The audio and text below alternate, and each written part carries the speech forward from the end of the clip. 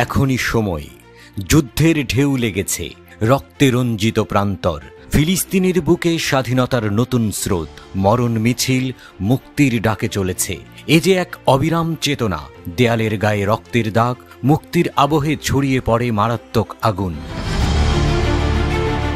Operation আল আকসা ফ্লাডের প্রথম বার্ষিকী ঘিরে ফিলিস্তিনি প্রতিরোধ গোষ্ঠী আবারও দখলদার ইসরায়েলি বাহিনীর বিরুদ্ধে অস্ত্র হাতে নিয়েছে।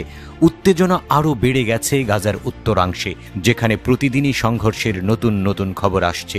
ইসরায়েলি বাহিনী যখনই তাদের আগ্রাসী পদক্ষেপ নেওয়ার চেষ্টা করছে, ঠিক তখনই ফিলিস্তিনিরা প্রতিরোধের একটি শক্তিশালী বার্তা দিতে প্রস্তুত।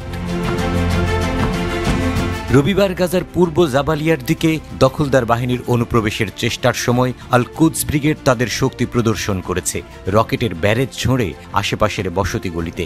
ফিলিস্তিনের প্রতিরোধ যোদ্ধারা দৃঢ়তার সঙ্গে ইসরায়েলি সৈন্যদের লক্ষ্যবস্তু করেছে। ইসরায়েলি চ্যানেল 13 নিশ্চিত করেছে তারা দক্ষিণ আশকালনের দিকে 3টি রকেট উৎক্ষেপণ প্রত্যক্ষ করেছে।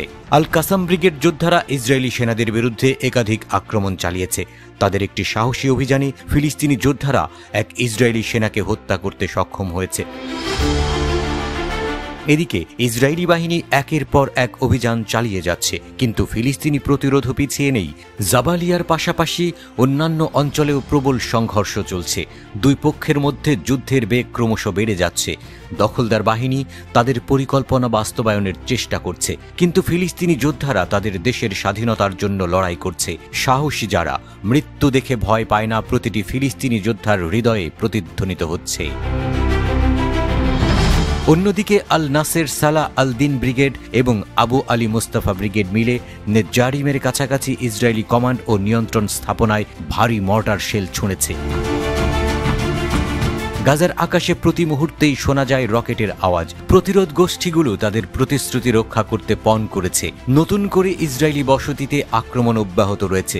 যুদ্ধ ভয়ের মাঝেই শত্রুর সামনে দাঁড়িয়ে থাকা ফিলিস্তিনিরা নতুন করে সাহস খুঁজে পায়। ওদের পণ, মুক্তি আসবেই, আমরা সংগ্রাম করব আমাদের মাটি, আমাদের সংস্কৃতি রক্ষায়।